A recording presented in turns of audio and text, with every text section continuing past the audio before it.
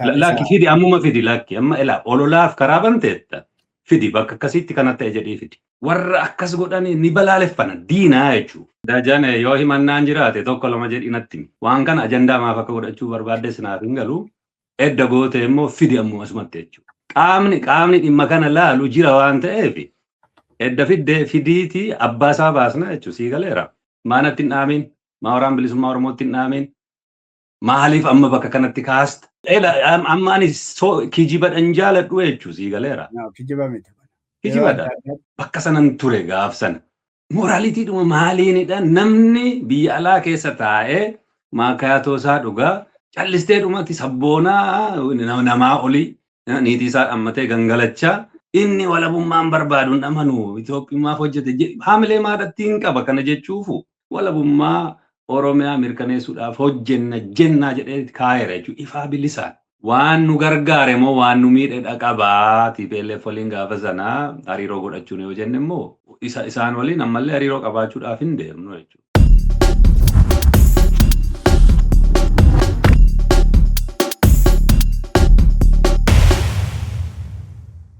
Baadiyyaa Oromiyaa keessatti qaama lamaa miidhamaa jirra kan jedhu komiin akkasii hin ka'a.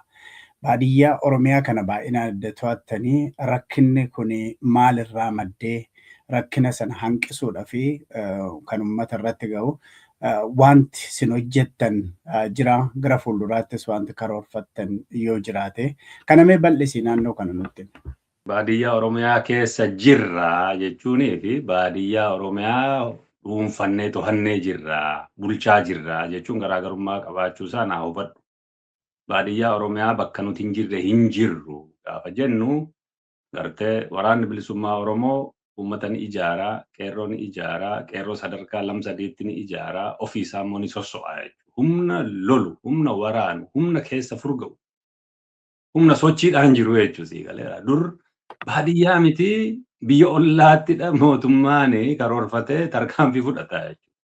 Har'a Oromiyaa keessa akka barbaanne namni gartee dhiha Oromiyaa irraa ka'ee aga gartee hidhabuu abooteetti salaaleetti miilaan waraanni gaafa deemu gaafa sosso'u agarta. Dur kun ture baadiyyaan banaadha jechuudha. Kana jechuun baadiyyaa keessa sosso'ee qaamni badii hojjetu dalagu kan mootummaan bobbaasu ka ammoo gartee sirna dhabee namuu gaafa sirna dhablummaan babal'atu qawwee qabatee uummata hiraarsu hin jiru jechuun dandeenyu jechuudha. Bakka nuti to'annee bulchaa turre keessatti kana dura yeroo gartee qabannee tasgabbeessinee jiraannee faasan keessatti haala akkasiin agartu jechuudha. Keessattuu gaafa mootummaan lola Tigraayitti qabamee gara kaaba impaayiriitti deemee ture sana keessatti komiin gartee guddaan hin turre Oromiyaa keessatti. Gaafa isaan achii xumuratanii humna isaanii gadi dachaasanii Oromiyaa keessatti komiin ka'e baay'ee guddaa ta'e jechuudha. Kun maal sitti agarsiisa? Humni mootummaa gaafa waa biraatiin qabamu yakkii Oromiyaa keessatti raawwatamu xiqqaachuu. Gaafa sana waraanni bilisummaa Oromoo bakka hedduu jiraachuu. Gaafa sanatti waan tatta'e hundaafuu immoo gartee akkatti ta'ee fi bifa itti ta'ee fi akkatti qajeeluudhaa qabu yeroo hedduu jaalmarroon gadi baheessa haasahaa turuusaa kana quba qabaachuutu namatti jira jechuudha.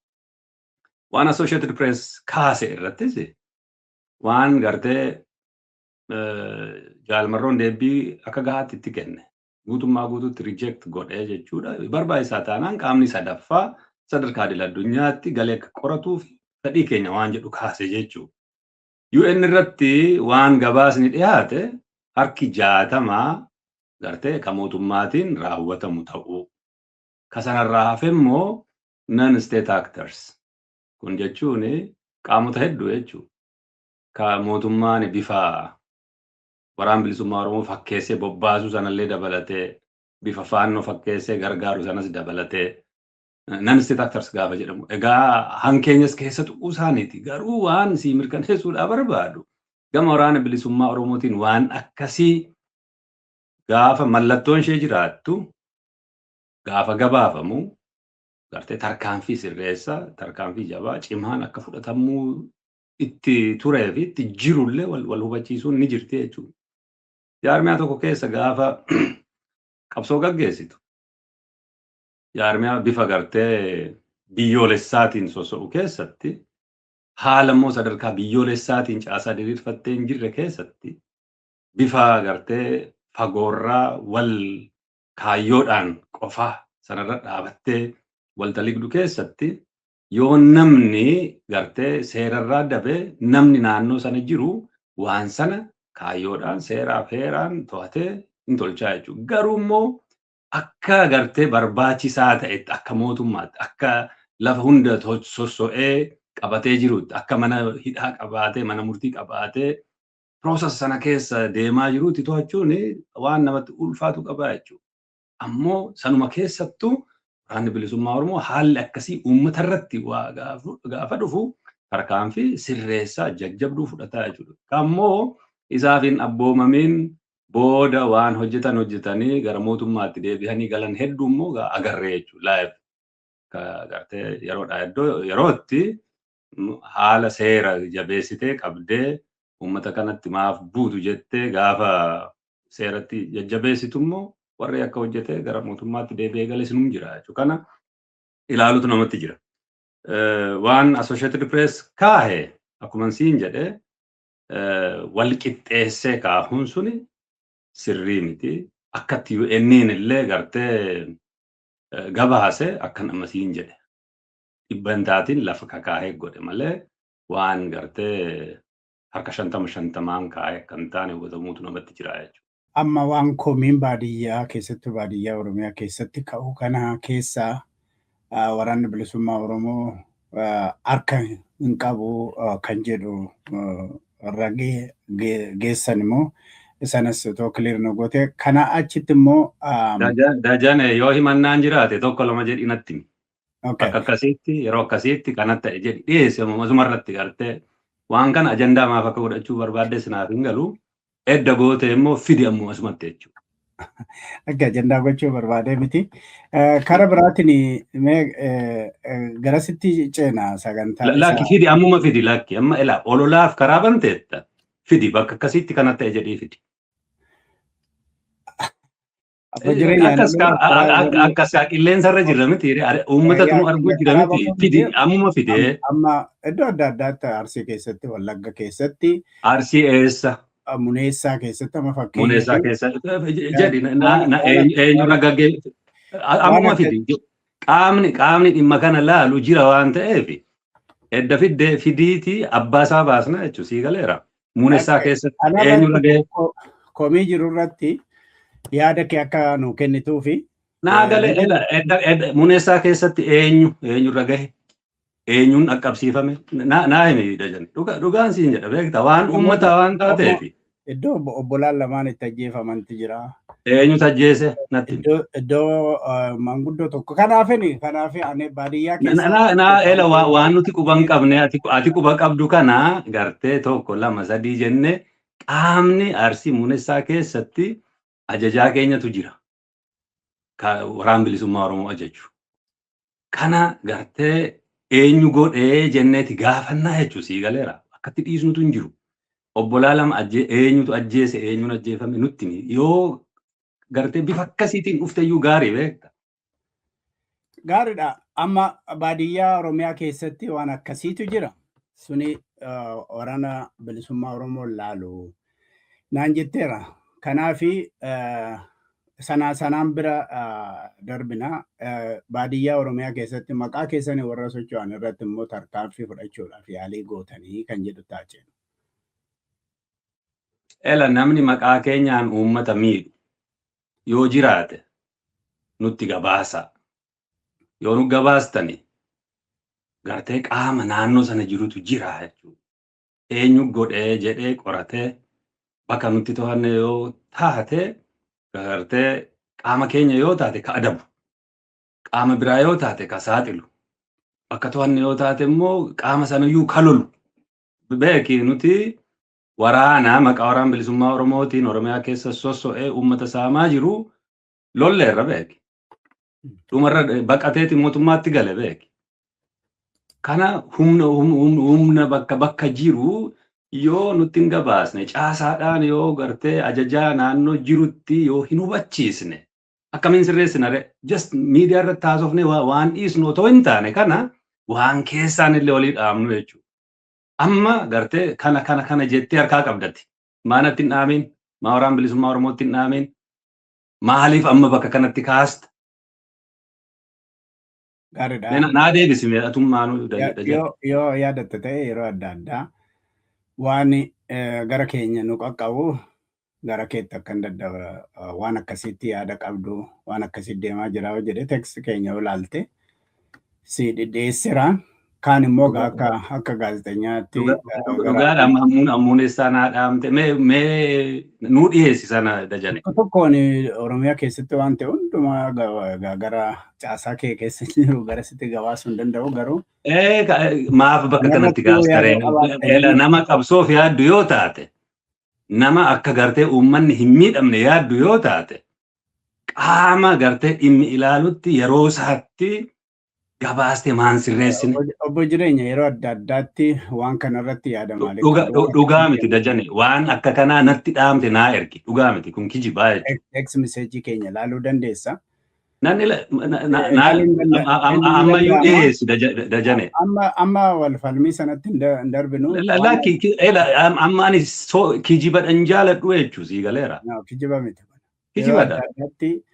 Sitti ergee kanarratti yaada yoo qabaattanii wanta akkasii jiran jedha text message keenya ilaaluu dandeessa.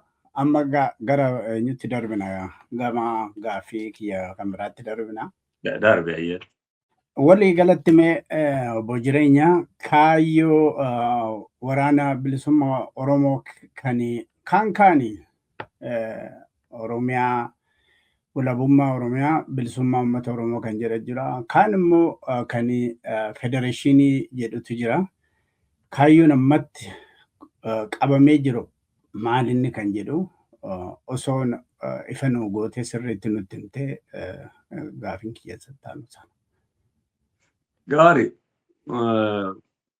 addi bilisummaa Oromoo sagantaa siyaasaa qaba. Sagantaa siyaasaa isaa gaafa gartee 1976 eegalee 1989 wayyeessaa asiin gahee jechuudha. Waraanni bilisummaa Oromoo sagantaan siyaasaa qabateedhaa deemu kabbara 2017 bakka Afaabeet jedhamutti wayyeeffannee maxxanfanne sana gaafa kora addaa 2021 keessa kora gaggeeffatee kora guddaa isuma sana fudhannee itti deemna isa jedhuun laf kaawwate. Gaafa hoogganni waloo tolfames konseptiin yookiin immoo yaadi akeekni galmi qabsoo kanaa kaayyoo kanaa isuma sanaa jechuudha. Sagantaa siyaasaa sanarra wanti jiru ni jira. Maaltu jira?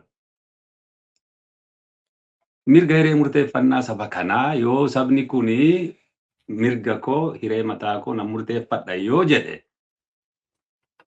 mirga isaati jechuudha.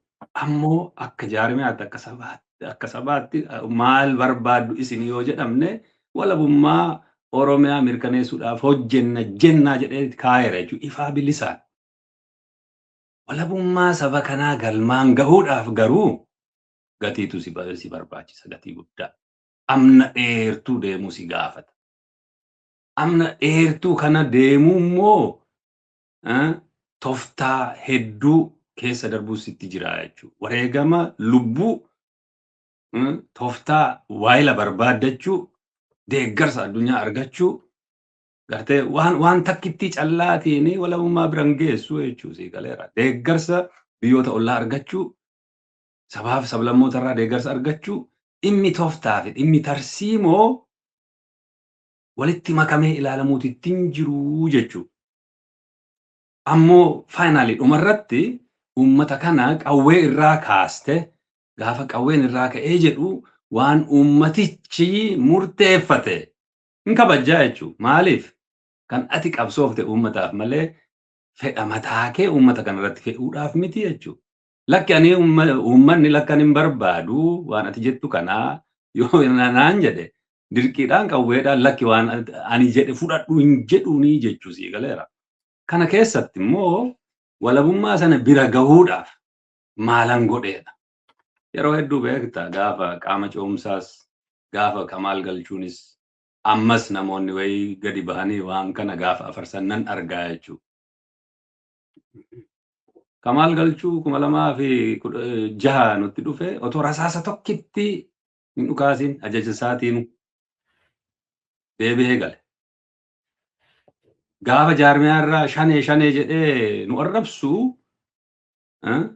walabummaatti hin amanan jarri sunii jedhee ollaa ture jechuudha. Qaamni ce'umsaas akkuma kana. Otoo gartee shugguxii tokko hin qabaatiin waan ittiin galma geessumu tokko otoo hin ijaarratiin callistee dhumatti sabboonaa namaa olii walabummaatti barbaadda namni dirree taa'ee immoo gatii lubbuu baasu suni akka gartee walabummaa hin barbaanne irraa jallate wayii fakkeessanii dhiyeessuun it is immoral. Warri har'allee gartee sana afarsuudhaaf barbaadan ni jiranii jechuudha. Moraaliitiidhuma maaliinidha namni biyya alaa keessa taa'ee maakaatoo isaa dhugaa siree gaarii irra ciisee niitii isaa dhammatee gangalachaa nama dirree keessa taa'ee qabsoo kana gaggeessee sagantaa siyaasaa sana galmaan gahuudhaaf hojjetu inni walabummaan barbaaduun amanu Itoophiyaaf hojjete haamilee maadhattiin qaba kana jechuufu. It is a lie. Gartee siyaasa kun siyaasa miti nan sitti. We have to walabummaa bira gahuu barbaannaa akkamiin tokko lama sadii afur shan deeggarsa alagaa ka idil addunyaa akkasiin arganna. Deeggarsa biyya ollaa akka kanaan arganna. Deeggarsa sabaaf sablammoota akka kanaan arganna. Uummata keenya immoo akka kanaan ijaarra. Waraana keenya immoo bifa kanaan qixeessinaa jettee laf keewwattee deemtaa jechuudha. Inni walabummaa jedhu kuni sagantaa siyaasichaa iyyuu hin beeku jechuudha. Wayyeessuu keessatti gaheedhaan qaban bakka sanan ture gaaf sana. Namni walabummaa jedhu kuni gaafa sana bakka sana iyyuu hin jiru ammoo gartee attenshiniidhuma barbaaduudhaaf jecha waan sana haasa'ee Oromoon hin barbaada walabummaa sana. Waraanni bilisummaa Oromoo immoo sana galmaan gahuudhaafidha gatii lubbuu baasuu jira. Kanarraa siyaasa hojjechuudhaaf namni dhama'a. Waraana bilisummaa Oromoo ka har'a dirreerraa waa gaggeessaa jiru. Otoo beeki hoogganni waraana bilisummaa Oromoo ala jiraate jalaa butuu danda'a jettee yaaddoftaa jechuudha. Har'a hoogganni siyaasaa bakka dirree jirutti kaayyoon sagantaa siyaasaa bakka harka isaa jirutti uummata isaa keessa haala socho'aa jiru keessatti lakkii gartee ala taa'ee walabummaan barbaada malee jarri warri dirree jiranis gartee waan Itoophiyaadhaan leellisu jedhee dubbachuun haamilee maadhatti qabaa jechuudha. Kanaaf waan hin siin jedhu it is loud and clear jechuun qulqullooftee teesseetti sana galmaan gahuudhaaf hojjenna ammoo achi gahuudhaaf waan humnatti nu jijjiiru tooftaalee hedduutti dhimma baanaa jechuudha. Yoo humna hin qabaanne walabummaa miti gartee gabrummaa sanayyuu sirnaan hin argattu jechuudha. Hiraarfamaadha jiraatta jechuudha. Gabrummaan akka qabdi beektaa jenne. Kanaaf waraanni bilisummaa Oromoo waan inni lubbuu qaalii itti baasaa fi jiru biyya walaba saba bilisa qabaachuudhaaf jechuudha. Kan ammoo sagantaa siyaasaa isaarraa qaba. Sadarkaa kana caala ol guddisanii walabummaa sana galmeessuudhaaf wanti hojjetamaa jiruu fi wanti itti milkooftan yoo jiraate. Sadarkaa idil addunyaatti akkatti gartee qabsoon bilisummaa Oromoo hubatamuudhaa qabdu akkatti bocnee qabnaa jechuudha. Maaliif gaaffii hedduudha qabu turan. Gaaffii qaban sana deebii argachuudha qaba. Kanaaf akka gartee sadarkaa idil addunyaatti haala siyaasaa ammaa waliin bifa walgituun gaaffii hawaasa dippiloomaasii keessa jiru bifa deebisuun hojii hojjetameen marsaa 2 Taanzaaniyaa deemuu keenya namuu addunyaatu beekaa jechuudha. Lolli lafarratti ilmaan Oromoo dhiiga dhangalaasan lafee cabsan suni walitti qabamee ija godhachuu akka danda'u addunyaan dhaga'uudha qabdi jechuudha. Addunyaan immoo kasi dhageessu yoo itti dhihaatte waan isaan si gaafatan yoo deebii kenniteefidha. Sababa sun ta'eefidha jaalmarrootiin bakka inni jiru daggala keessa qilleensa Itoophiyaa keessa dabarsanii Daar es Salaam dhufee waan Oromoon barbaadu akkatti nagaan dhufuu danda'u furmaanni maal akka ta'e ibsatee gartee akka isaan barbaadanitti ta'uu hin dandeenye sirnaan akka dhufetti hin deebisne immoo cichoomina qabuu fi gartee kaayyoo kana guddisee waan jaallatuu fi waan isa barbaachisu hunda gartee kafalee bakka isaa deebi'ee achirraa qabsoo gaggeessuu jiraadha jechuudha. Ammallee hariiroon gartee isaan waliin qabnu cituudhaan qabdu jechuudha. Maaliif jaallattu jibbituu addunyaan kun har'a walitti hidhata guddaadha qabdi jechuudha. Kanaaf isaan waliin hariiroo qabaatanii waan yeroodhaa yerootti haala gartee naannoon sana itti jiru haala gartee qabsoon keenyi barbaaddu akkatti immoo hawaasa isa kaan miidhuudhaaf akeeka akka hin qabaanne akka isaan yaaddaan sanatti naannoon suni jeeqama keessa akka galuu hin dandeenye inumaayyuu furmaata nagaa waaraa sabatiinsa fiduudhaaf akka ta'uudhaa dandeenyu isaaniin hubachiisuun barbaachisaadha. Quunnamtii isaan waliin qabaatanii isaanuu fedha qabaataniin waliin haasa'uu eegaluun boqonnaa haaraadha beekta. Lammata. PP'n waan isheen barbaaddutu jira. Waan isheen barbaaddu Oromoo gidduutti garaagarummaan akka jiraatu barbaaddi. Akka Oromoon waliisaa gidduutti wal nyaatu barbaaddi. Sana qofaa miti Oromoon sabaaf sablammoota kaan waliin akka wal ciniinu barbaaddi. Horizontal conflict yookiin immoo walitti bu'iinsi cinaa akka jiraatu barbaaddi. Kana gartee yeroodhaa yerootti yaalanii gaafa ibsa baasnee gartee namuu qalbii isaatti deebi'ee emotional taane otoo hin taane sababaan deeggaramne qorannoorra hundoofne waan qabatamaa finnee yoo akkatti nuti rispoond goone ilaalcha halagaanii qabsoo saba kanaaf qabu jijjiirratuu isaa agartaa jechuudha. Qabatamaan agarra. Warri durii nutti duuluutti hin jira. Akkatti Oromoo laalanii fi akkatti sirnicha ilaalan. Sirni kuni han Oromooti jechuu turan beekta. Naareetivii sana akkamiin akka jijjiirre nutu beekaa jechuudha. Han Oromooti. Oromoodhuma jimlaadhaan biyya ollaatti beeki adamfamee rukutamuu ture beeki. Bakka argetti ajjeefamuu ture. Lakki sirni kun han Oromoo miti. Oromoo fi jarri amma gartee 4 kiiloo jiranii garaagarummaa guddaa qabaachuu isaanii. Sirni kun inumaayyuu saboota warra kaan caalaa Oromoodhaan miidhuusaa. Sirnoota kana dur turan caalaa Oromoo miidhuusaa hubachiisuu walitti bu'iinsa cinaa hawaasa gidduutti dhalatuudhaaf deemu katikni sirna kanaa bakka bakkatti yeroo yerootti boce dharraatti boce bakka bakkatti boce akkatti ibsatti kenninee fashalsine akkatti abbootiin amantii ajjeefamanii akka waraanni bilisummaa Oromoo godhe fakkeessanii dhidheessan sana hunda akkaataatti gartee communicate goonee fashalsine qabna. Communicationii sana immoo kan gartee qilleensa irra jiru addunyaanu argu atuu gartee ka hordofuutti jirtu taateetti hubadha jechuudha. Kunis milkoominaa jechuudha. Itti aanee mootummaan kuni gartee hunda namaafu balaa ta'uusaa beekna. Mootummaa lolattaman. Mootummaa taa'anii furmaata siyaasaa barbaaduutti hin amanne. Sabaaf sablammoota walitti buusuudhaa barbaadu. Kana gartee akka tokkotti walii keenya gidduuttuu yoo wal loluu dhiisnee mootummichuma sanarra qofaa gartee fuulleffannee yoo lola gaggeessine waan inni gargaaru qaba waliin jechuun hin jirti jechuudha.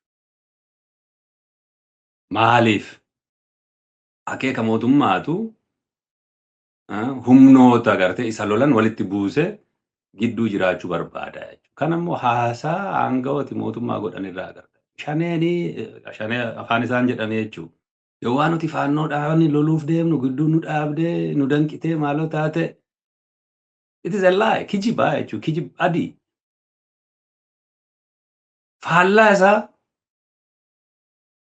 yowwaa jarri isaanumatu hidhachiise baay'ee warra bizaamoo ofiin jedhan kana milishaa xarnaafiidhuma naannoo sanaa gandaafaa warra turantu hidhate jechuu sii galeera. Gaafa waa uummatarraa saamani guttinii fi naqamtee deemanii gaafa waa gurguratanii deebi'anii kan gartee balbala banuu fi karaa dabarsuu warra makalaakeyaati jechuudha. Waan waliin qooddatan qabu corrupted beektaa faallaasaa. Yowwaa uummanni of ittisuudhaa fi jara lolu kan uummata hidhuu fi gartee naaqee irraa buqqisu mootummaa humna dabalata. Yowwaa nuti jara loluudhaaf deemnu kan uummata ittisuudhaaf gaafa deemnu kan humna guddaa fidee waraana bilisummaa Oromoo lolu isaanii jechuudha. Kana hanqisuun matumti isaa qabsicha ni jabeessa ni cimsaa jechuudha. Waan irratti fuulleffannee qabsoofnu waan mirga keenya sarbe waan har'a uummata keenya dirooniidhaan rukutu ofirraa kaasuudhaaf yoo xiqqaate lola cinaa ammatti dhaabuun barbaachisaa ta'uu wal hubachuunis jiraachuu qabdi jechuudha. Sana dura waan TPLF waliin goone ifaan gooneera. Waan disitti ta'e jechuudha. Pretoria booda gartee wanti suni dhaabbatee ture jechuudha. Of dura gartee akkatti fufuu malu haalli lola keessa yoo seename nuti lola keessa jirra. Akkaataatti gartee wanti sun itti fufu jiraachuu ni mala jechuu sii galeera. Kanaafi adeemsa keenya yerootti gamaagamne madaala humnaa gartee jiru keessatti akkamiin dantaa saba kanaa tikfamaa jedhee ka murtii kennu hooggana dirree jiru jechuudha. Hooggana siyaasaa ajaja waraanaan dirree jiru haala jiru guyyaa guyyaatti yeroo isaa guutuu kenne namatti bobbaasee hordofe sabni kun humnatti jijjiiramee akka dantaan isaa tikfamtu gochuudhaaf dirqamatutti jira jechuudha. Yoo sun taatedha innilleen waa hojjedhe seenaa saba kanaa jijjiire jechuu ka danda'u hoogganni dirree jiru akkasii jechuudha gabaabaa. Humnoonni kaabaa kun alliyaansii uumuun isaanii hin mul'ata. Humna sadii isaan wajjiniin akka waliin lolle gochuun yookiin immoo bifa alliyaansiitiin yookiin wal hubannoodhaan deemuun suni keessattuu namni baay'een faannoo irratti shakkii qaba. Akkuma argitu yerootti morma nama kutantu jira. Yeroo immoo faajjii godhatanii deemantu jira. Warra kana wajjiniin wal hubannoo gochuun suni gaafa dhufanii warri isaan gaggeessu alaa kan jedhaa jiranii Oromoon biyyaan qabu Wallaggi Shawaan kan keenya gara Madagaskaaritti galuutu irra jiraata jechaa jiru. Jara kana wajjiniin wal hubannoo isaa ta'u alliyaansi isaa ta'u godhuun rakkina qaba gara boodatti kan jedhanii shakkanii fi sodaatantu jiru. Warra kanaaf maal jetta? Gaarii fayyaa ta'e tajuu laalee warra morma namaa kutes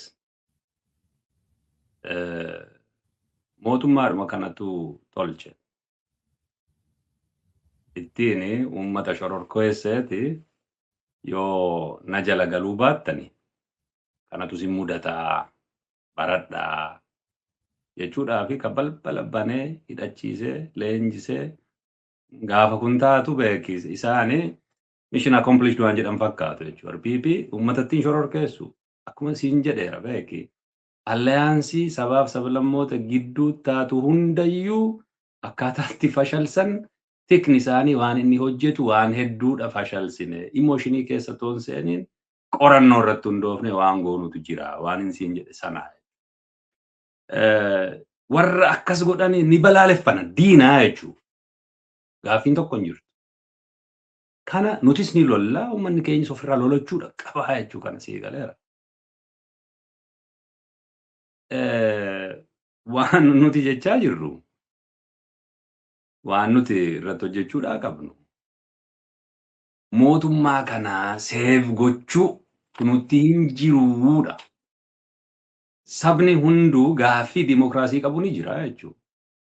Maaliif dimokiraasiin Itoophiyaa keessatti hin jirtu gaafa jennu an Oromoo qofaa miti. Sabaaf sablammoonni cufti isaanii iyyuu dimokiraasii barbaadu.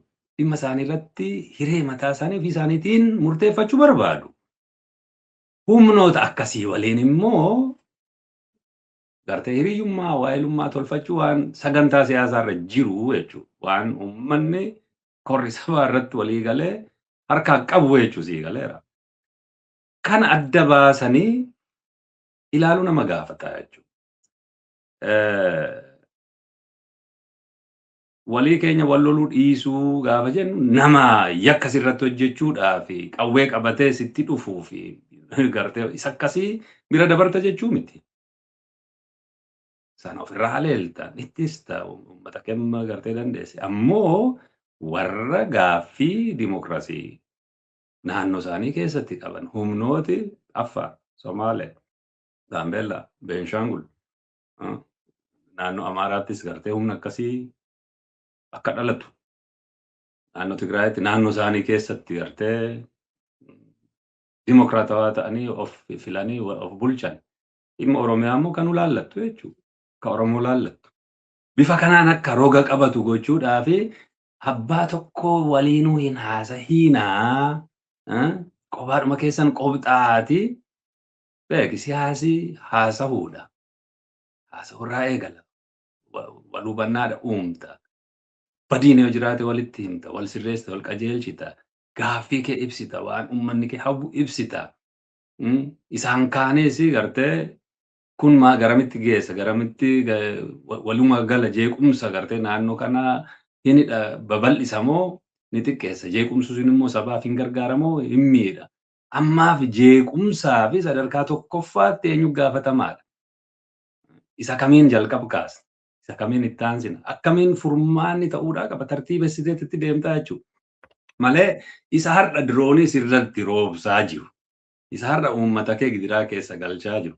Isa har'a gartee uummata irratti sibiila qabee jiru kana dhiistee waa biraa hooquu gaafa deemtu isa kamiif hin dursa kennaadha. Hojii siyaasaas, hojii waraanaas, hojii humnatti jijjiiramuu sanas wal cinaa hojjechuutu sitti jira jechuudha. Malee abaluun akkas godheera yeroo akkasii kanaaf itti haasa'uun hin barbaachisu. Beeki addunyaa keessatti siyaasa akkamitti hojjetu? Lola addunyaa tokkoffaa, lola addunyaa lammaffaa keessatti maaltu ta'ee yoo jettee ilaalte? Warri wal ajjeese, warri wal fixe taa'ee mari'atee inni of dura jiru, yeroon of dura jiru, dhaloonni of dura jiru isa darbeerra hin caala jedhee akkatti rakkoo isaa furfurate ni qaba jechuudha. Hankeenyis humna taatee haasa'uu fi humna dhabdee haasa'uun garaagarummaa guddaatu jira. Oromoon kana dura humna ta'ee haasa'eedha hin beeku jechuudha. Sababa otoo humna hin ta'in haasa'ee fi marsaa meeqa ganameeti otoo hin bilcheeffatiin itti deemee marsaa meeqa ganameeti jiila dhaqabaa jechuudha. Gaafa lagaa waliin haasa'ee baluun jedhamu hin ganamaa siin jedhu jechuudha. Fakkeenyan sii kaasa. Gaafa TPLF waliin haasofne. Akka gartee waraanni bilisummaa Oromoo junior partner ta'e wayii tokkootti halagaanis diinnis lakkaa'ee jechuudha. Oromoo keessaallee namni akkasitti lakkaa'ee ni ture. Kanaaf halagaan tarsiimoon inni godhatee yoon TPLF waliin rakkoo fixadhe waraanni bilisummaa Oromoo hin badaa. Eessayyuu hin geessuu ni turte jechuudha. Pretoria deeman. Maal ta'e waraanni bilisummaa Oromoo waan jijjiirame qaba? Hin qabu. Maaliif? Waan humna ta'eef jechuudha.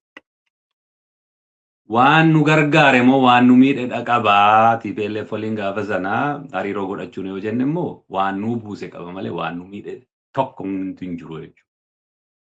Warra afaan faajjii uume Oromoo gargar qooduudhaaf tattaafate dhama'eedhuma dhiisee jechuudha. Ammallee bilchinaan humna taane qabsoo keenyaaf waan gargaaru dantaa saba kanaa waan tiksu gochuu keessatti waraanni bilisummaa Oromoo hoogganni gartee abaa oboo gartee dirree irraa qabsoo gaggeessu xiinxalee yoo ejjennaa fudhate humna isaa waliin hooma tokkoyyuu rakkoon hin jirtu jechuudha. Ammoo warra yakka hojjete gaafatti wal gaafannutu jiraata jechuudha. Isaan waliin ammallee hariiroo qabaachuudhaaf hin deemnu jechuudha. Maaliif yakkamaa waliin eenyuyyuu haa ta'u. Maaliif dhabe falmina Abiyyi Ahmadiin waan yakka hojjeteef mitiire. Warra yakka hojjetu eenyuyyuu taanaan waliin associate of gochuudhaan barbaannu jechuudha.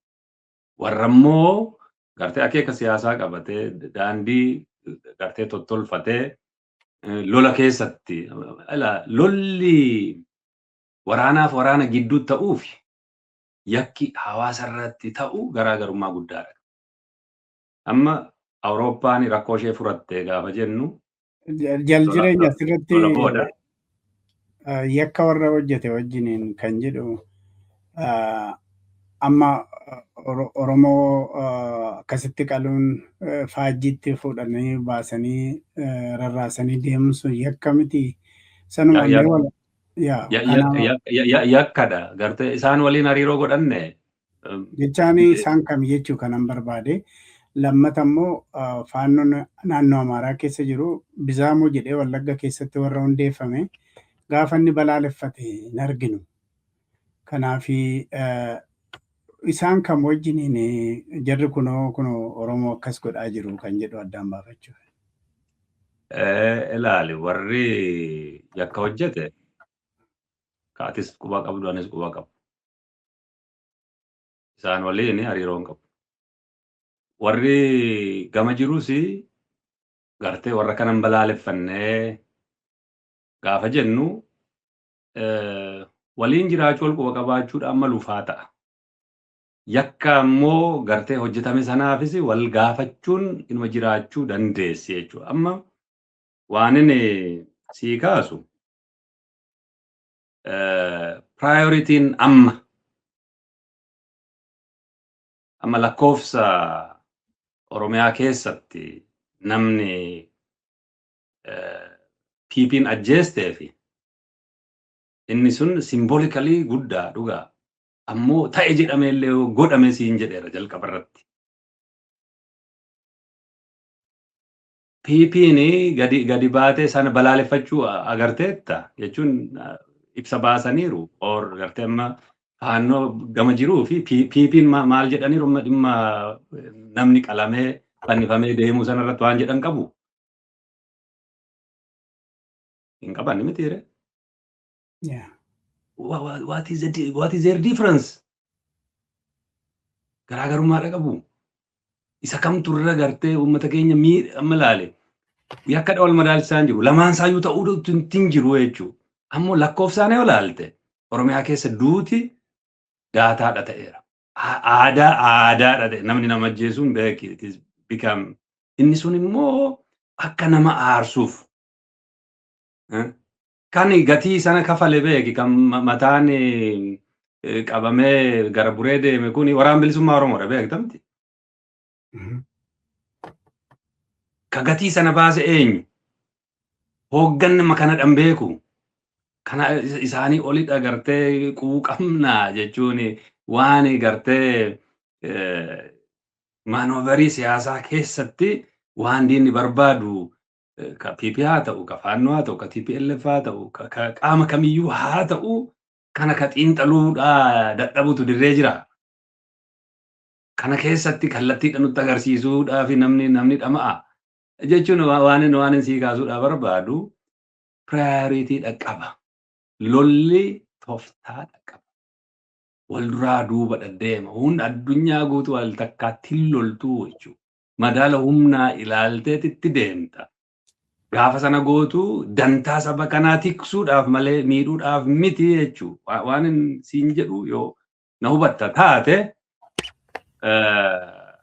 hariiroon amma kana gartee waa mallatteeffame maaloo ta'e jiru hin jiru.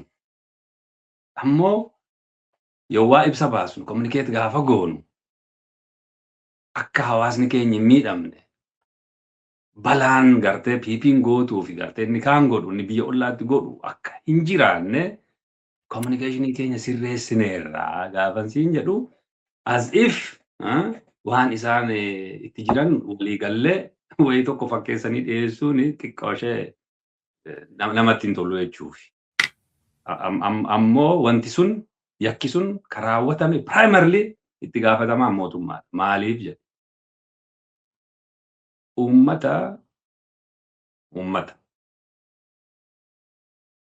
gibira kafalaa jiru kan ittisuudhaa qabu mootummaa. Mootummaan akka mootummaatti hin jiru. Maaliif mootummaa ta'uu dadhabe? Yoo jenne immoo lolatutti jira. Uummanni illee isa mormaa jechuudha. Hankooti jedhee hin fudhanne. Sababni isaa maali? Dhimma siyaasa saba kanaa sirnaan hubatee deebiitti kennaa deemuutti waan hin jiraanneefi jechuudha. Kanaafi yakkamaani hunduu yakkama. Yakka isaatti gaafatama. Ammoo yakka kanaa olii saba kanarratti of dura hojjetamuu deemuutus jira. Sana akkamiin xiqqeessuun danda'ama ammoo murtiin ka hooggana dirree jiru ilaalee murteessee fudhatu jechuudha. Wareegamatti baasuu jiru. Sanaa olitti gartee jechuun suni pooppii caalaa kaatolikii ta'uu sana ta'a jechuudha. Atis keessa turteen beektaa 1992 waan ta'e sana ammas jijjiiramni tokko yoo dhufe Oromoon wanta akkasii akka sarara hin geenye maal assuraansii hin qabnu kan jedhuu fi deebiin jaljireenyaa maali? 1992 keessan turre ani dajuu laale ani gaafsun xiqqoo ijoollee achi 2018 sana gartee egaa nutirraa hafne abaa'oon galee ashuraansiin kee gabaabaa humna keeti. 1992 sababni waraanni bilisummaa Oromoo akka gartee moonaa galu akka miidhamu kan godhe humna jabaa qabaate humnoota gaafa sana turan waliinis alliance gartee tooftaa haa taatu wayii tolfatee mala gartee siyaasaa tolchuu hanqachuun ni jirti jechuudha. Amma 1992 deebi'ee hin dhufu. Maaliif darbeera. Daayinaamiksiin amma jiru sanarraa adda, sanarraa walxaxaa. 2018 haalli ture haalli har'a jiru gargari. Waan gaafa sana ture amma hin jiru. Haalli amma jiru sanarraa walxaxaa, sanarraa jabaa jechuudha. Haaluma walxaxaa kanaa qaamni hoogganuu danda'u jiraadhan siin jechaa jira. Sunoo akkamiin ta'a yoo jette yoo humna taate malee humna kee immoo humna qaama kaan waliin allaa'e waliin goote malee akkatti siyaasa gartee budaadha Dr. Mararaani irra aantu tokkotu hin jiru jechuudha.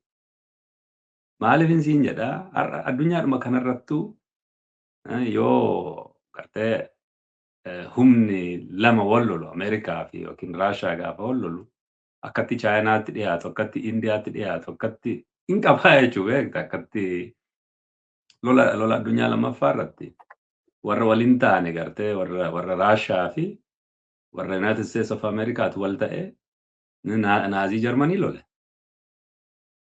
Tooftaadha. Amma yoomitti waliin turan. Amma naaziin defeated ta'u achi booda Berliinuu lamatti qooddatan. Achi Cold War'itti seenan. Daayinaamiksiin hin jira. Amma naannoo keenyattis yeroodhaa yerootti akkatti siyaasni jijjiiramu. Humnoota gartee duuba siyaasaa kana jiran dantaan duuba gartee siyaasaa kanaa jiru guyyaa guyyaatti hordofteen qajeelchutu taanaan sanammoo gartee akka sabni kee irraa gartee dantaan isaa eegamtu hin gootu taanaan akka 92tti yaaduu hin dandeenyu akka 2018tti yaaduu hin dandeenyu haala har'a keessa jirurra dhaabannee Oromoo humnatti jijjiirree dantaasaa tiksinee kaayyoosaa akeekasaa waan inni barbaadu qawwee sibiilarraa kaasnee bilisa tolchinee mirga hiree mataasaa murteeffatee waan of dura barbaadu sirna barbaadu akka tolfatu gochuutu akeeka keenya jechuudha. Galma keenya akkasii jechuudha. Kanaaf waan nuti ashuur goonu yoo jiraate humna ta'uu dhaan qofaa ashuur goonaa jechuudha. Yoo humna ta'uu hin dandeenye no assurance. Har'a beeki addunyaan akkatti hojjetu sii hooqaa naa hooqiidhaan hojjette jechuudha. Yoo humna hin taane namni galagalees ilaaluutu hin jiru jechuudha. Har'a immoo bara Trump kana keessa waan nuti argine social darwinismiitu mul'ata jechuudha. The fittest warra jabaate qofaatu survive godhee jiraata. Warri hin jabaanne hireen dhabamuun jiraata jechuudha sii galeera. Kuni waan guyyaa tokko lama keessa ta'u otoo hin taane adeemsa keessa ta'a jechuudha. Adeemsa kana keessa guddachaa jirraa, jabaachaa jirraa, cimaa jirraa, akka hawaasaatti immoo xiqqaachaa jirra. Xiqqaachuun sun gara dhabamuutti waan si geessu jechuudha. Kana akka hin taane maal haa goonuun gaafa dhufu rooliin liidarshiipii bakka kanatti.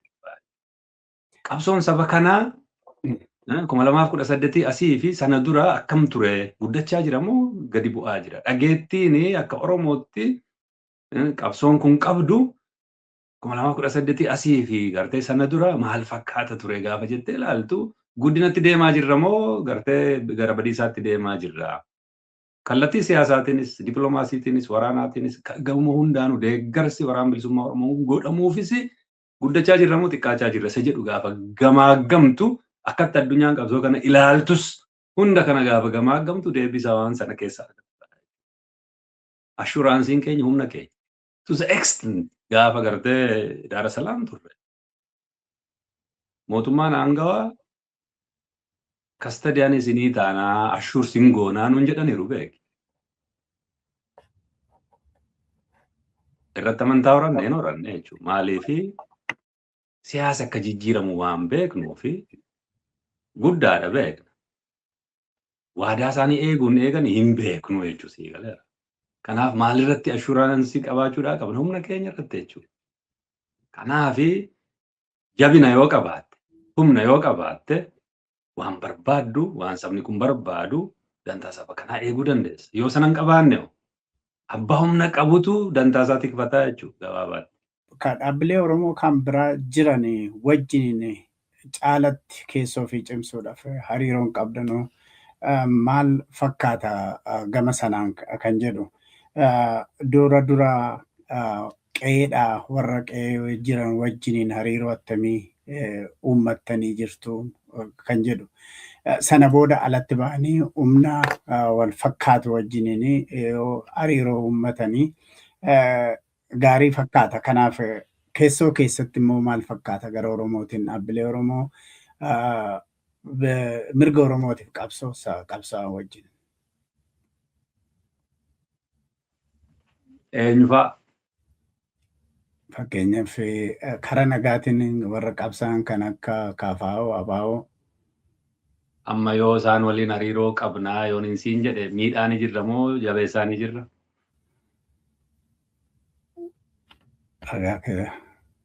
Maal inni miidhaan haa hidhaman moo akkam gaashii jechuun amma siyaatilitti walitti dhufne waan haasofne qabna.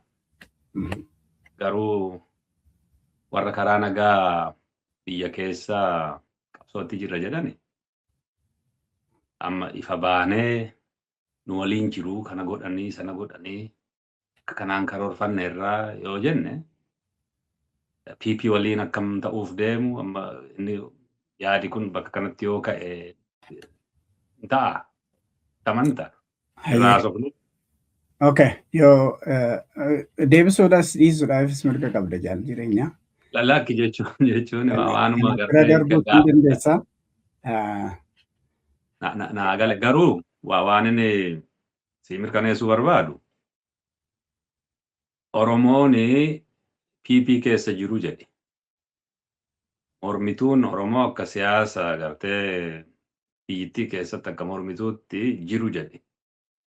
Waraanni bilisummaa dirree irraa qabsaa'u jedhe. Dantaa saba kanaa eeguu irratti walii galuu danda'a. Quunnamtiin gartee qaqal'aas taatu nun jirti jechuudha.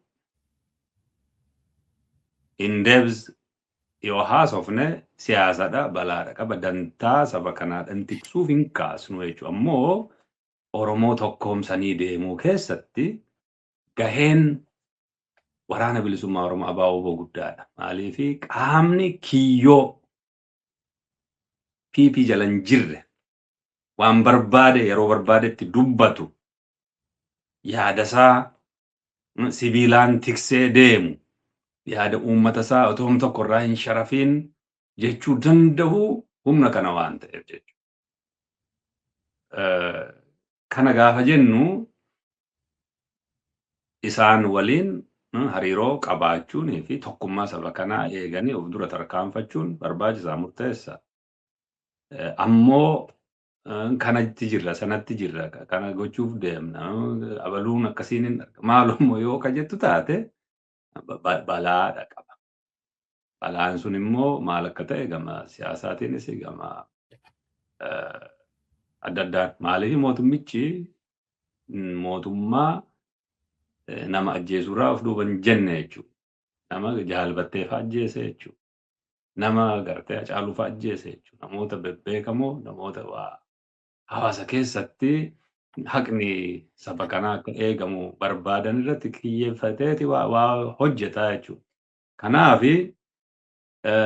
bakka jirrutu xiqqoo akka kanaa jirra akka sanaa jirra jechuu nama dhowwa. Maaliif nuti warra qabsoo hidhannootti amanu karaa nagaa siyaasi nagaa hin jiru. Otoo siyaasi nagaa jiraate sababa gartee qawwee qabannee fi bosona keessa deemnuufiitu hin jiru jechuudha. Beeki otoo nagaa lola keessa jirti biyyittiin. Filannoo jettee waa of dura diraamaa hojjechuudhaaf deemti. Hin ta'aaf hin ta'uusaas hin ilaalla. Lola ta'aa fi filannoo ta'aa ilaaluudhaaf waan deemnu jechuudha of dura. Haala akkasii keessatti mormitoota siyaasaa waliin hariiroo qabna yoo jenne isaaniifuu balaadha qaba. Hin qabnummoo yoo jenne waanuma gartee tokkummaadhuma saba kanaa sabichiyyuu galmisaa waliin fakkaanne wal fakkeessa. Ammoo waan siin jedhu barbaadu namni bilisummaa saba kanaa dura dhaabbatu hin jiru. Akka Oromoon bilisoomu hunduu ni barbaada. Kaayyoon akeekni walitti nu fiduudha walitti nu hidhuu danda'u kanaa jechuudha. An Oromoo qofaa miti sabaaf sablammooti kaanillee akka bilisooman barbaada. Maaliif nama gabroomsitee ofii bilisoomuu hin danda'amu. Bilisummaan yoo dhufe gartee across the board ta'uudha qabaa jechuudha. Yoo sun hin taane balaatu jira jechuudha. Kanaaf humna ta'uudhaaf keessoon keenya ititaadha. Ititaadha gaafa siin jedhu hoogganni waloo jira hin marihata. Marihata gaafa siin jedhu garaagarummaa hin qabu jechuun gaafa garaagarummaa qabaatu garaagarummaa isaa akkatti furatu sirna jaarmiyaa keessatti qaba. Hoogganni dirreedha jira. Dirreetu walitti nama qaba. Waan ititaa ta'eefidha waan wal fakkaataa hojjeta. Tarkaanfii cichoomina kaayyoo ka gartee adda kumaa milkeessa. Of duras gartee waan itti qophaa'aa jirutu jiraachuudha danda'a. Ititaadha hoogganni jechuudha. Hoogganni ititaa kun immoo jaarmiyaa ititaa laf qabachiisu jira. Isa sanatu humnaa jechuudha. Waan diinni bira geesse hin diigne. Waan immoo dhamaatu waan tattaafattu akkuma jiru ta'ee jechuudha. Kana jechuun amma waan ati tuqte otoo isa kanaa gartee hin tokkoomsiin qe'ee jalqaba tokkoomsanii bakka biraa deemanii waan jedhu jechuudha. Siyaasa keessatti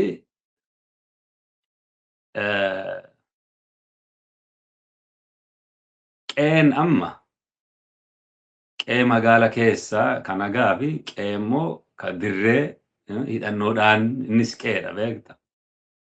Toftaa ittiin sirna kana kaasnaa jettee itti amantu sunis waa tokko jechuudha. Hiriira tokko. Qe'eedhuma kee keessaa amma PP'n maqaa Oromoo himatu. Isaaniin immoo lolaa jirra.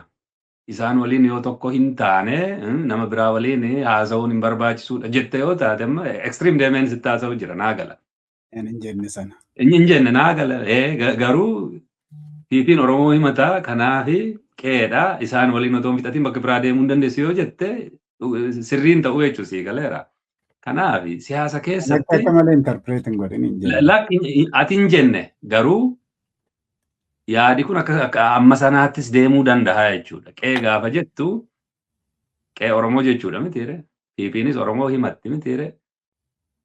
Achi keessatti qaama si ajjeesu qaama gartee faallaa kaayyoo kee dhaabate qaama gartee uummata miidhu kana waliin otoo hin xumuratiin bakka biraatti haasahiinii yoo jedhame jechuudha. Yoo dhansiin jedhe hin jennetti naa gala. Inni hin deemsisu jechuudha. Ammoo ammas warri mormitooti karaa nagaa dandeenyaa jedhanii fi lakki karaa nagaa hin danda'amu biyyuu lola keessa jirti warri jennu kanas akkatti qe'ee tokko gootutu hin jiru.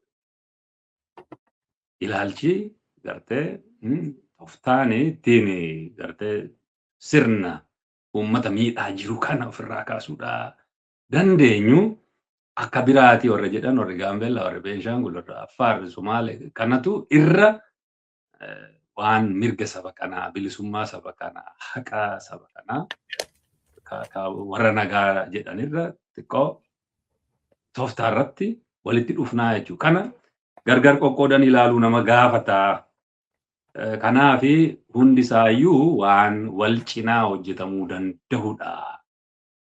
Qe'ee keessas warra gartee akeeka keetti kaayyoo keetti amanan sirna kana bakka sanaa kaasuu barbaadan hawwan danda'an waliin qindeeffachaa warra mirga hiree murteeffannaa sabaa duran dhaabbannes alagaas taatu waliin haasahaa deemuun ni danda'amti jechuudha. Fayyaate.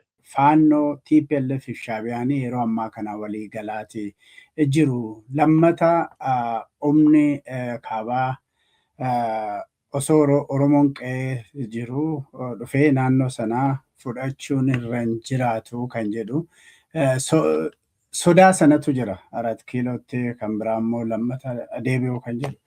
Kanaaf gama keetiin jarri kun dhufanii lammata 4 kiiloo hin qabatanii kan jedhu wal gahii yookiin immoo dhuma isaarra geessee kan jedhudha. Clear ta'e jarri kun yeroo ammaa kana humna ta'anii as ba'aa dhaadataati jiru. Sodaan Oromoo irra jiru. Sirni aangorra jiru Oromoo ajjeesaa jira. Dikteetariidha. Kun beekamaadha.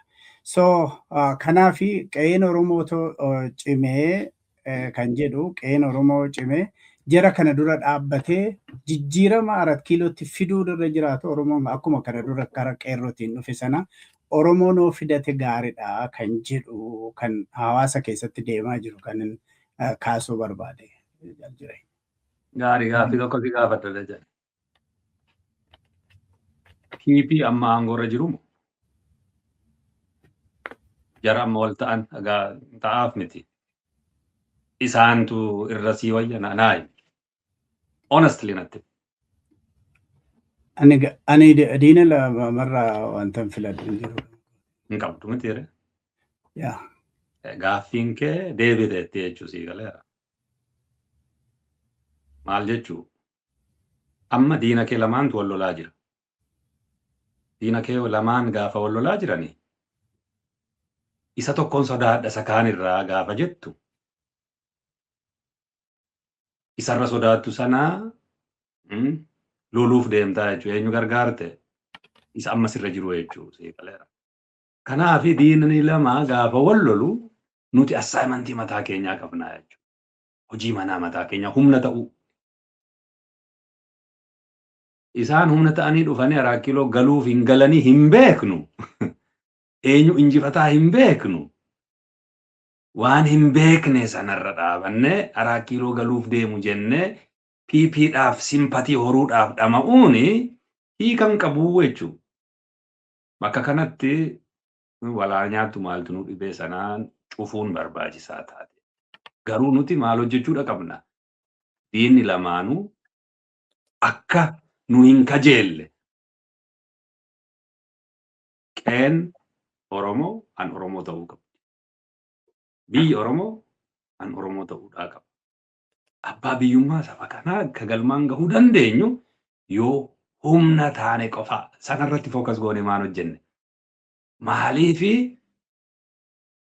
qaamni lama gaafa wal loluudhaaf deemu isa tokko diina caalaa goone isa kaan immoo diina isa wayyaa the better evil filachuu maaliif deemna? Lamaan isaaniiyyuu diina ta'uu isaanii yoo amanne haa wal lolani. Waa'ee Araakiloo jechuun Araakiloo maqaadha miti. Oromiyaa akka dhuunfachuudhaa qabu Oromoo. Yoo diinni lama yoo wal lole ati maaf hojii mataa kee hin hojjenne?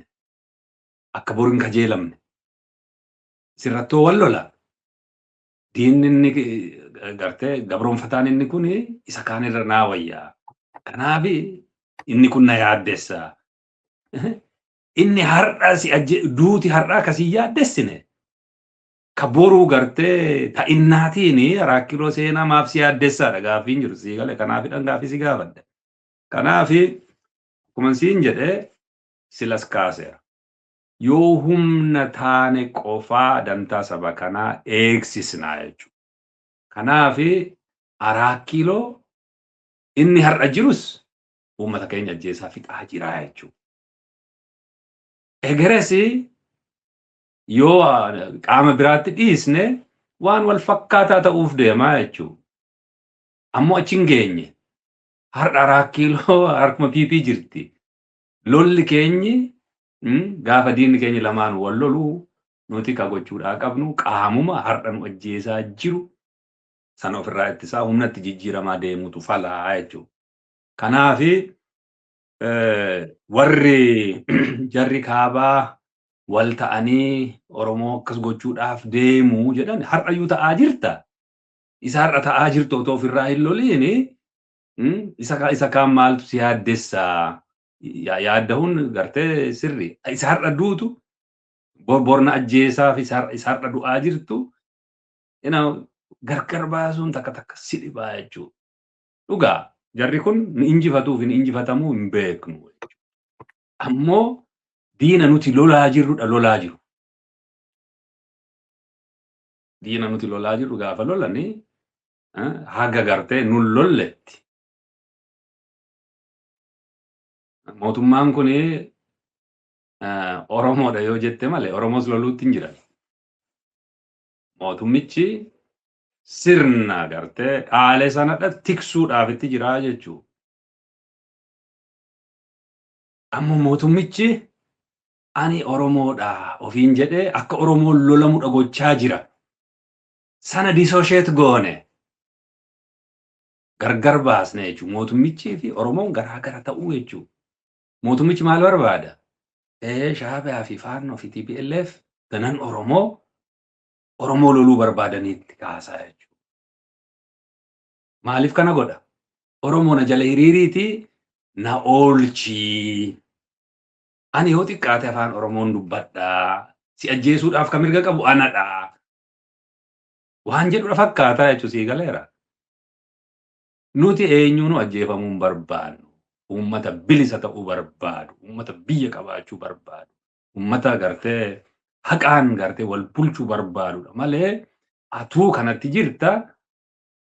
Atuu bakka sanaa ka'uudha qabda. Of dandahii jechuun nutti jira jechuudha. Beeki kaleessa piipiin qaamota kana waliin dabareedhaan Oromoo irratti duulaa ture. Nama kana kan guddise TPLF. Waggaa 27 waliin jiraate tokko jedhe. TPLF waliin ta'eeti Oromoo gartee balleessuuti ture. Gaafa TPLFin rukutuu barbaadu gooftolii isaa guddisanii eenyuun waayila godhate? Faannoo fi warra Eertiraa waayila godhate. Achi yoo TPLFin rukutee gaafa deebi'u TPLF waliin waayila ta'ee amma warra kaan irra duuluu barbaade. Amma namni kun akkatti Oromoo ta'u. Hin jiru jechuudha namni kun.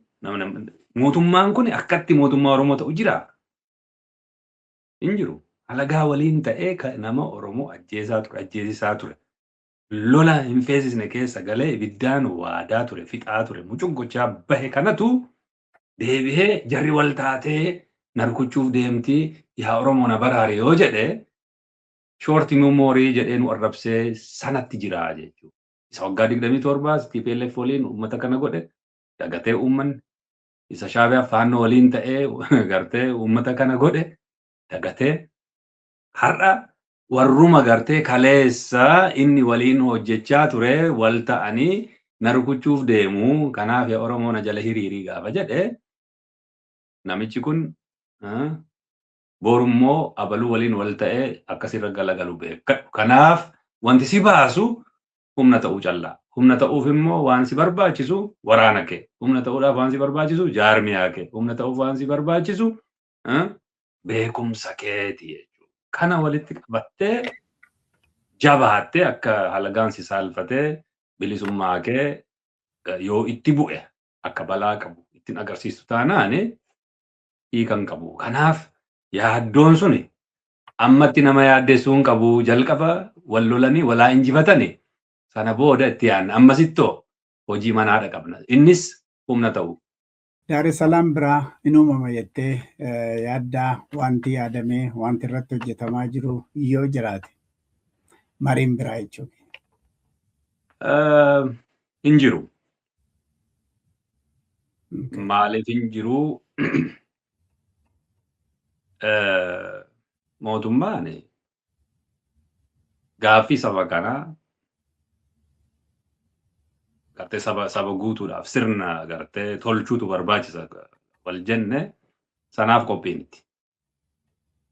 Maaliif qophii miti? Lola keessa jira. Lola tokko fixee lola kaan karoorsuutti jira.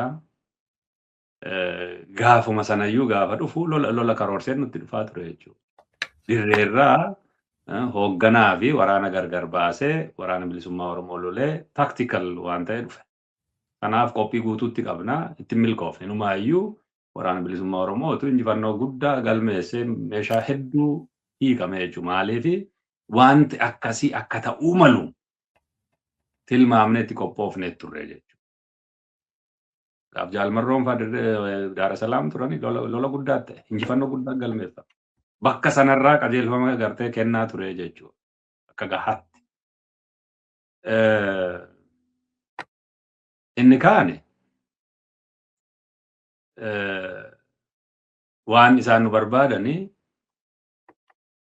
waan asab maaloo kanaa gartee gama kaaba kana lolli akka deemuudhaaf deemu ilaalaniiti humna bilisummaadhaaf ijaarame kana lola kaabaa keessatti gubuudha barbaadan. Toftaadha kunis jechuudha.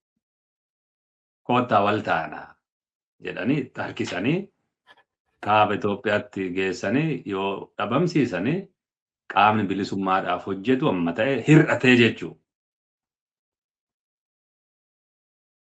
Kanas agarreera akka gaariitti jechuudha. Toftaadhaaf nutti dhufan isa jedhu wannoo jechuufi. Kanaaf isaanii akka gartee qaama smart ta'an wayii tokko inni kaan immoo waa hubachuu hin dandeenye political dynamics naannoo sanaa hubatanii ati immoo akka hubachuu hin dandeenye wayii tokkotti of lakkaanii dhufanii jechuudha. Akkasii garuu miti jechuudha.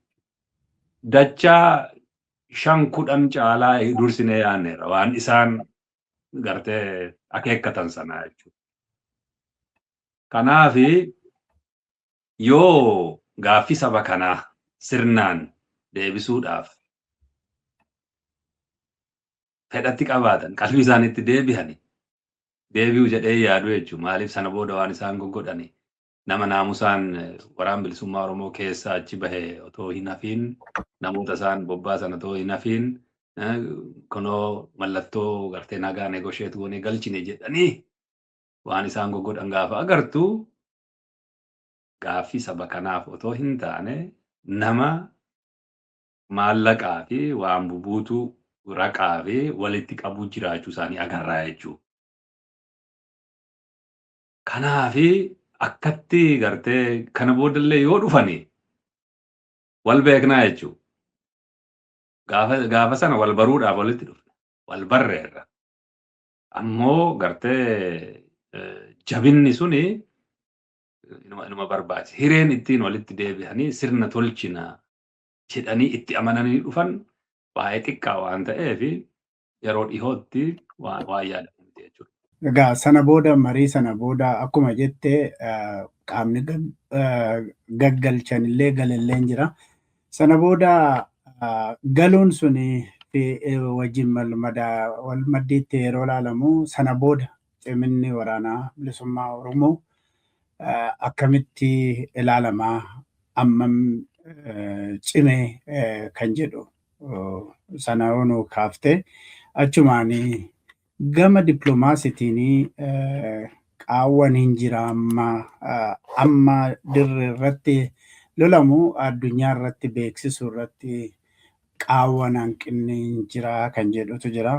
Dippiloomaasiidhaan maalirra jirtu kan jedhu kana lama walitti nuu qabdee gara xumuraatti dhufna.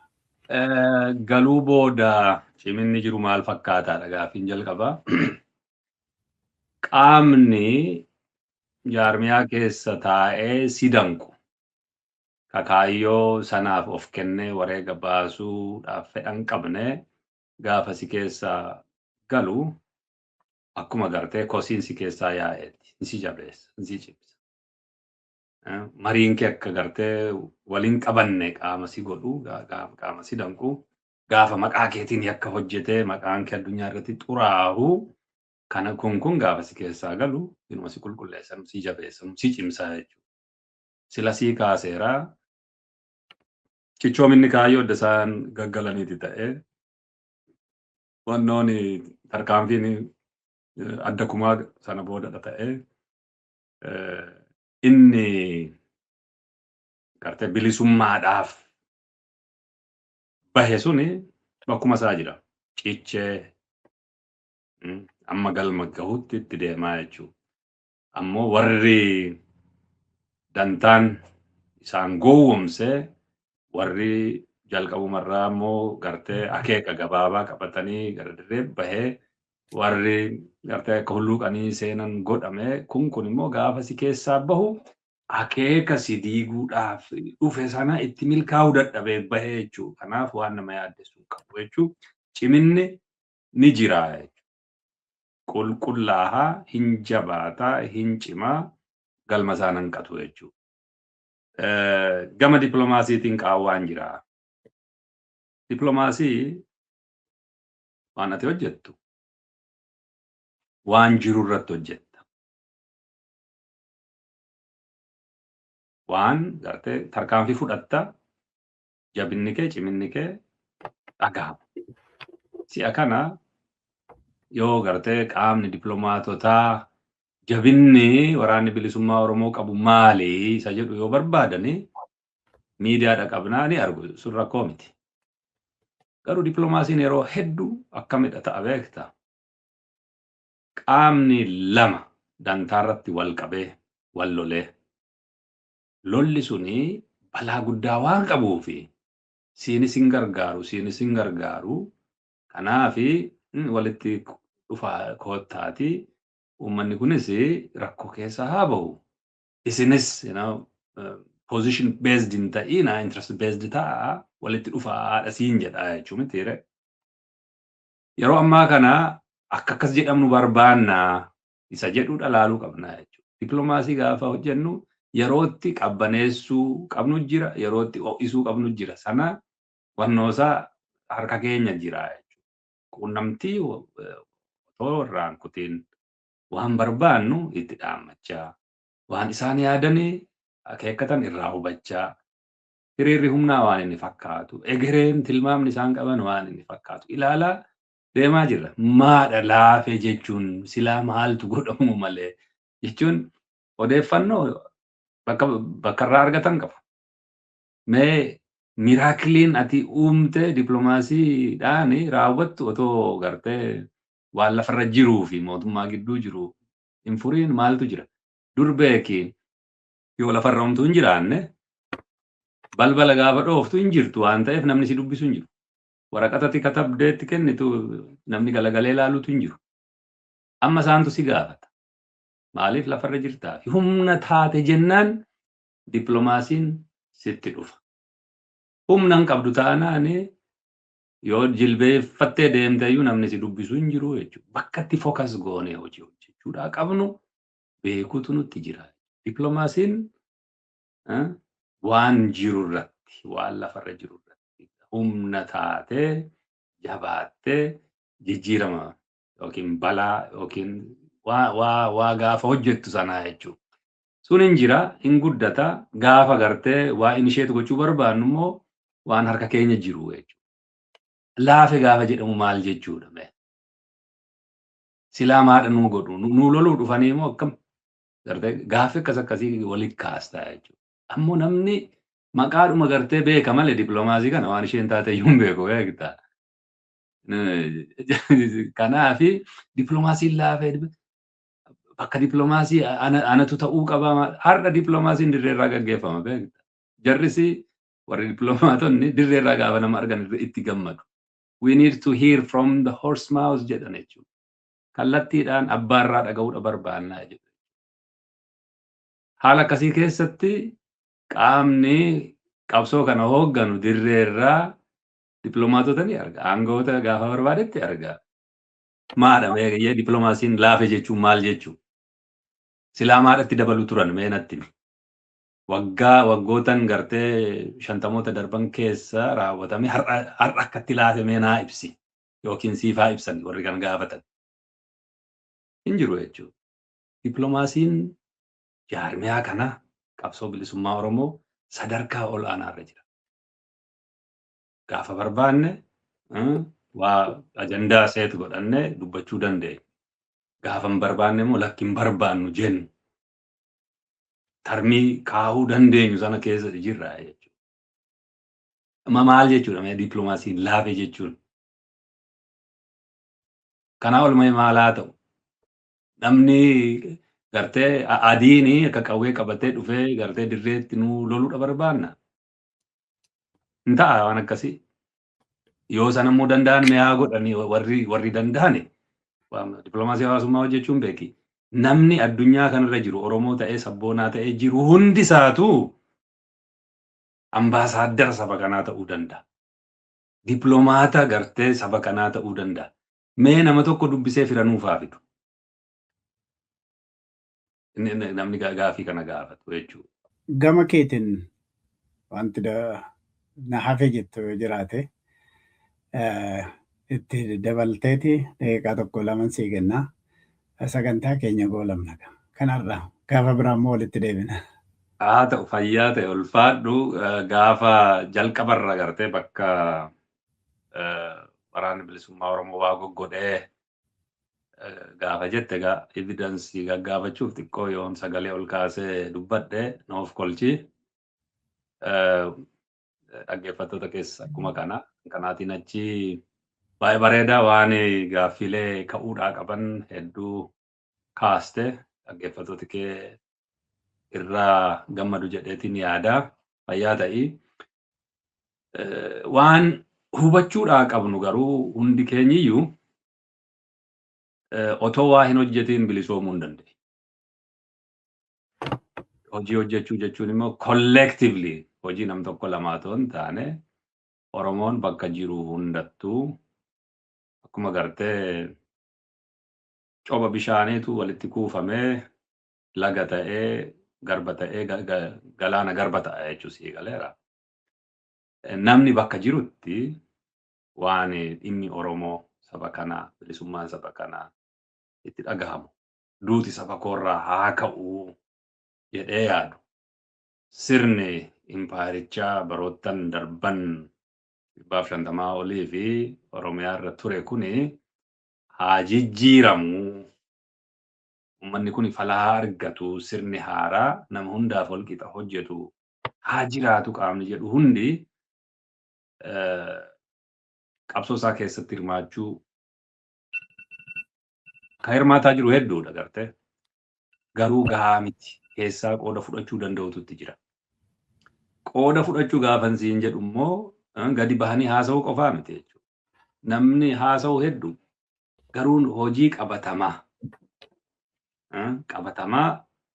saba kanaaf gargaaru gama dinagdeetiin haa ta'u olola saba kanarratti deemu cabsuudhaan haa ta'u, yaada haaraa maddisiisuudhaan haa ta'u, fira horuudhaan haa ta'u, keessaa qooda fudhachuu danda'ututti jira. Jaarmiyaan ABO sadarkaa godinoota hunda keessa gamtaa fi gurmuu ijaarratee jira jechuudha. Namni biyya alaa jiru. Inni biyya keessaas akkuma kana caasaa tottolfatee haga onaatti gadi bu'ee jirutu jira jechuudha.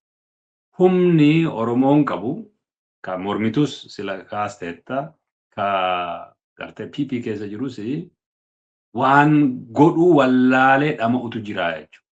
Har'a impaayera Itoophiyaa keessatti qaamni murtii kennu nama tokkoo fi namoota isatti marsanii jiran malee akka bara EPRDF paartiilee miti. Kanaaf kana ofirraa kaasuudhaaf ammoo humni biraa bakka kana bu'uudhaaf akka gartee cunqursaan biraa saba kanarratti hin dhufne Oromoon humna ta'uun barbaachisaadha. Kanaaf ammoo gartee waraanni bilisummaa Oromoo ABO'n dirreerra hooggana siyaasaaf ajajaa gartee waraanaa kennaa jiru kuni bu'uura utubaa guddaa waan nu ta'eef achirraa qajeelfama fudhannee hojii hojjechaa jirra waan taateef sanatti namuu itti makatee hojii isaa jabeeffatee humna guddaa jabaa ta'ee akka galma qabsoosaa dhaqqabu dhaamsa dabarfachuun barbaada. Fayyaa ta'e ulfaadhu.